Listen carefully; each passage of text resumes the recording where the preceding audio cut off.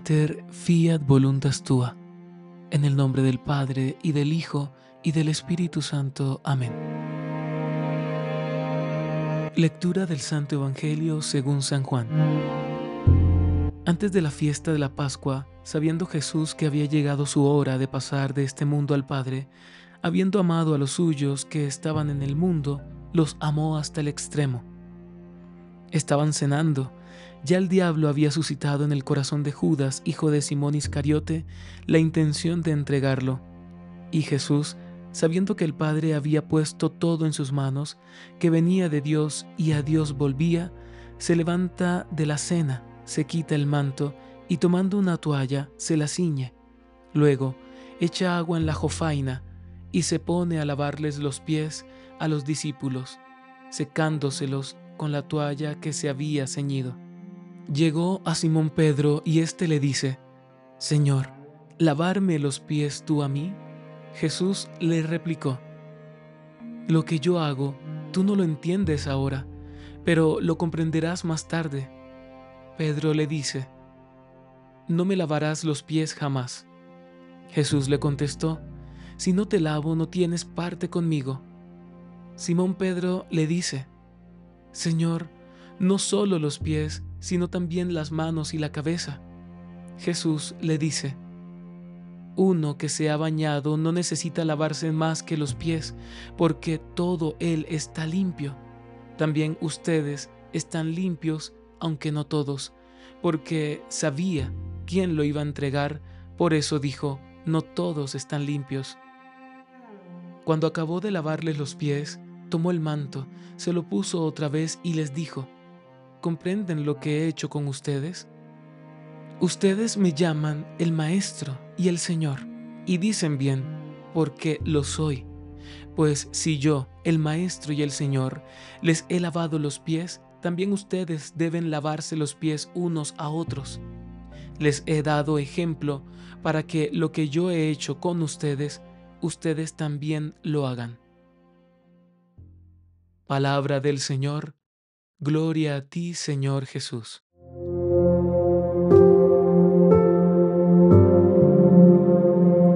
En el Shema de hoy, Jueves Santo, en este inicio del Triduo Pascual, en el que meditamos los misterios de la Pascua de nuestro Señor, San Juan nos regala el texto del lavatorio de los pies y en él descubrimos el amor infinito de un Dios que se abaja ante el ser humano para lavarle, purificarle, el Creador que se hace más pequeño que su criatura para demostrarle su grandeza y su amor.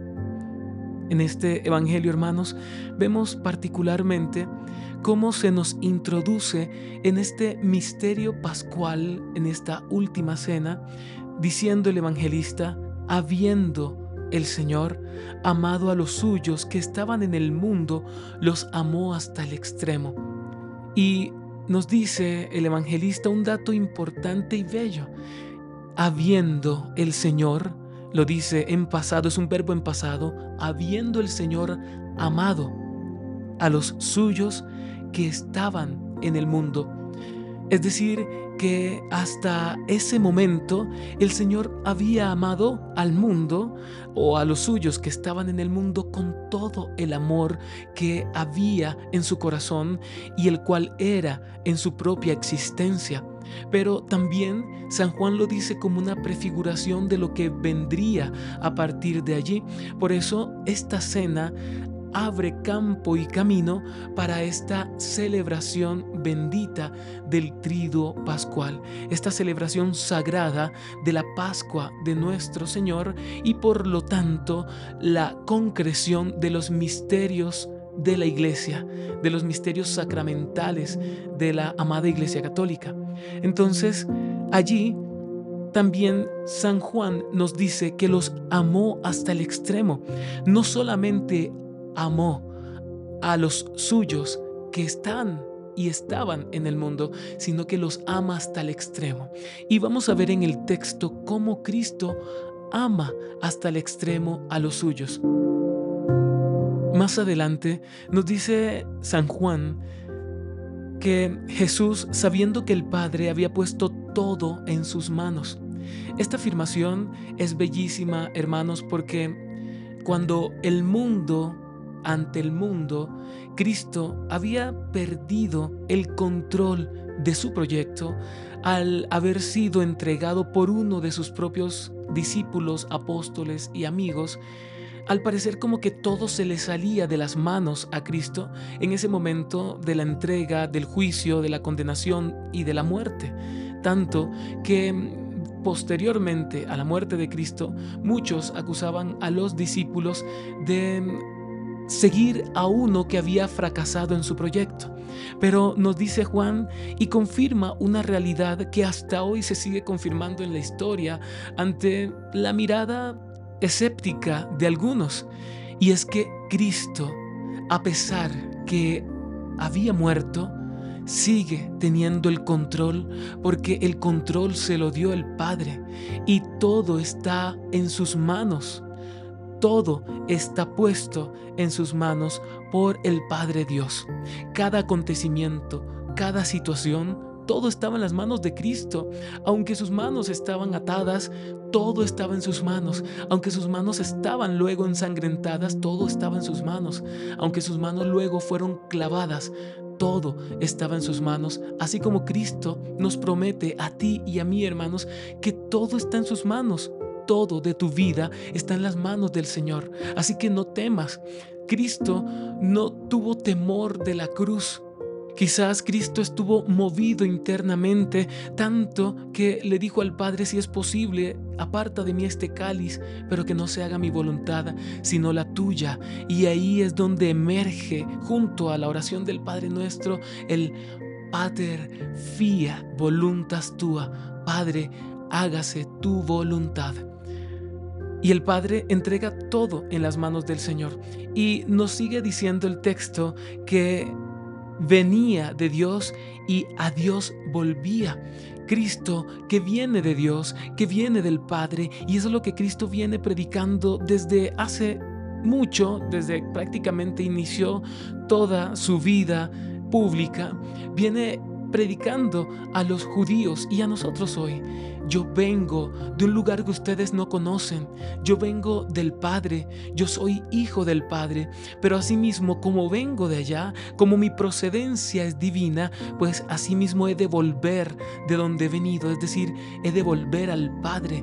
He de volver a mi origen, a mi realidad esencial.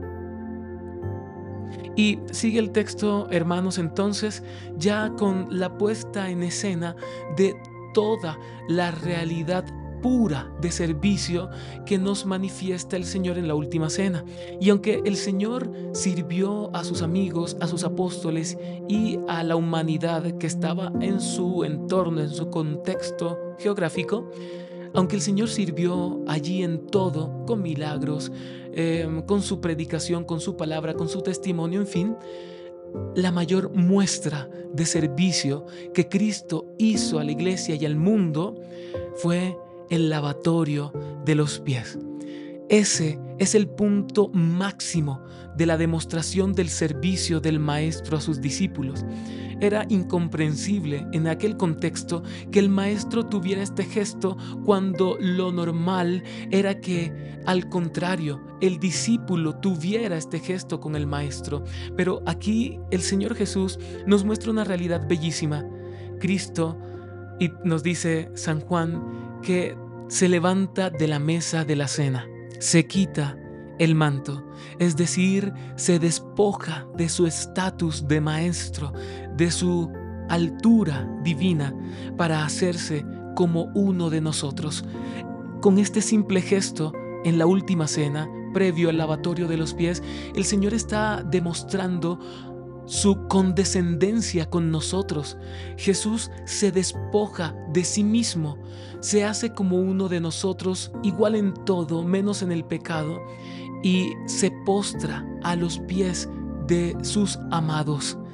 Hermanos, este gesto de postración, este gesto de arrodillarse a los pies de los discípulos es un gesto bellísimo. No porque quiera decir que Dios se arrodilla ante el hombre para adorarlo, no, eso es una herejía, eso no se puede pensar, es impensable, sino es un acto de humildad. Dios se arrodilla como el sirviente se arrodilla ante su amo para servirle con amor, pero en este caso es Dios enseñándonos a nosotros, las criaturas, cómo es que nosotros debemos primero arrodillarnos ante Él y segundo arrodillarnos ante el hermano, ante el prójimo. Y es que, hermanos, el Señor no tenía necesidad de hacer este gesto para enseñarnos propiamente el servicio en sí mismo, como tampoco el Señor tenía necesidad de bautizarse para mostrarnos a nosotros el camino para llegar al Padre.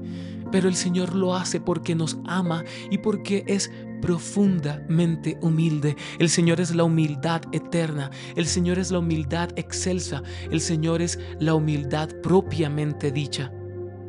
Y nos sigue diciendo que tomando una toalla se la ciñe, luego echa agua en una jofaina y se pone a lavarle los pies. Hermanos, este gesto es muy simbólico, significativo y hasta escatológico, porque la toalla sirve para secarnos después de haber sido el cuerpo lavado en el baño que hacemos, digamos, diariamente. Pues Dios toma la toalla, se la ciñe y luego echa agua en la jofaina. El Señor ciñe en su cuerpo el elemento con el que luego nos secará después de la purificación. El Señor se lo ciñe a su cuerpo, es decir, el Señor lleva atado a su cuerpo aquello que es propio de lo que luego será para nosotros el evento, la realidad que nos restaurará después de todo lo que sucederá en la purificación. La cruz en sí misma es acto de purificación para sus apóstoles, pero luego de allí renace una nueva realidad eclesial, renace una nueva realidad espiritual, una nueva realidad religiosa, el cristianismo, del costado de su cruz. Y cómo el Señor hace toda esa realidad de purificación en sus apóstoles a través del dolor y el sufrimiento de la cruz, que luego ese baño purificatorio el Señor luego lo seca con su cuerpo y con su sangre en la Sagrada Eucaristía.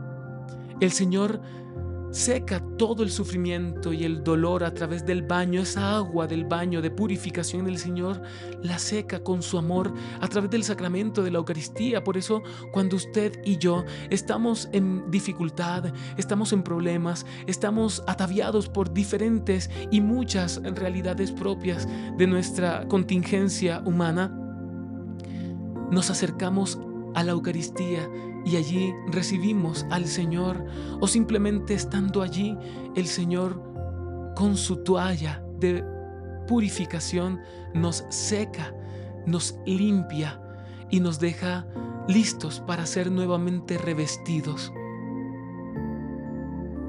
Y por último, hermano, no quiero extenderme tanto.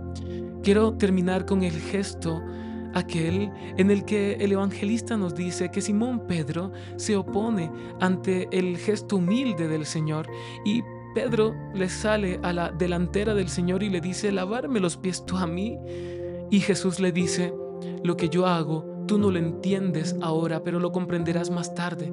Y Pedro le dice: no me lavarás los pies jamás. Y el Señor le contestó: si no te lavo, no tienes parte conmigo. Hermanos, debemos dejarnos lavar, debemos dejarnos purificar.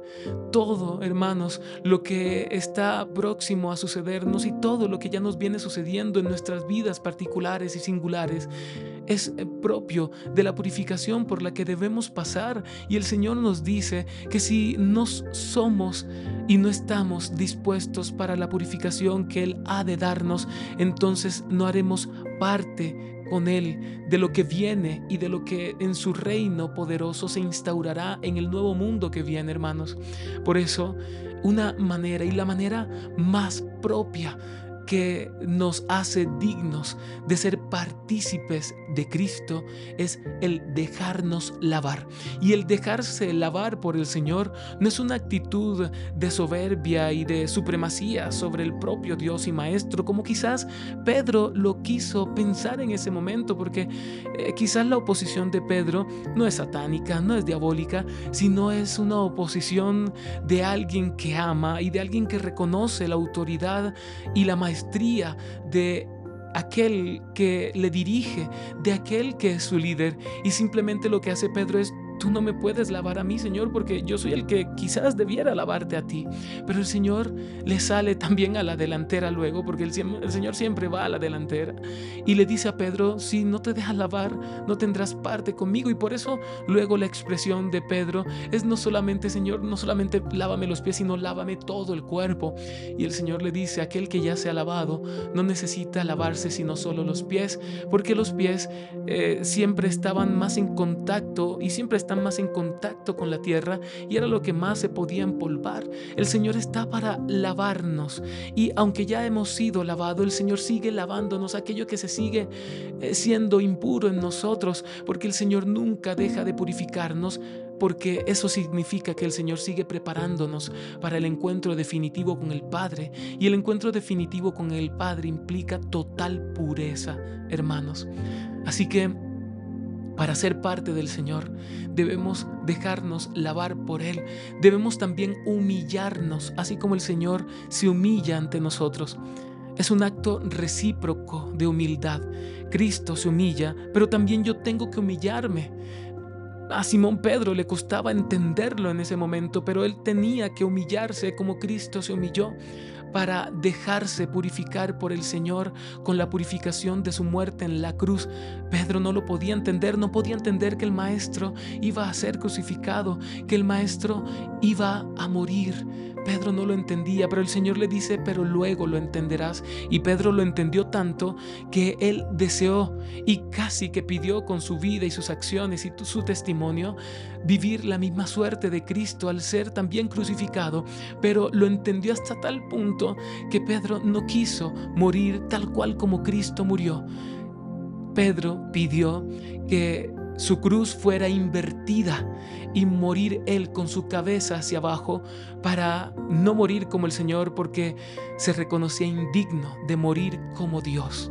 Porque ¿quién como Dios? Pedro lo entendía claramente: nadie como Dios.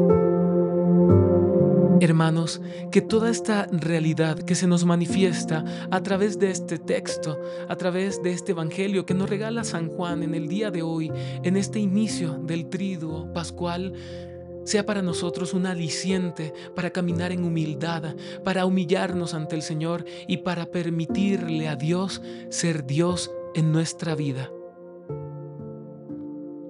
Y ahora te invito a que oremos juntos con esta oración trinitaria.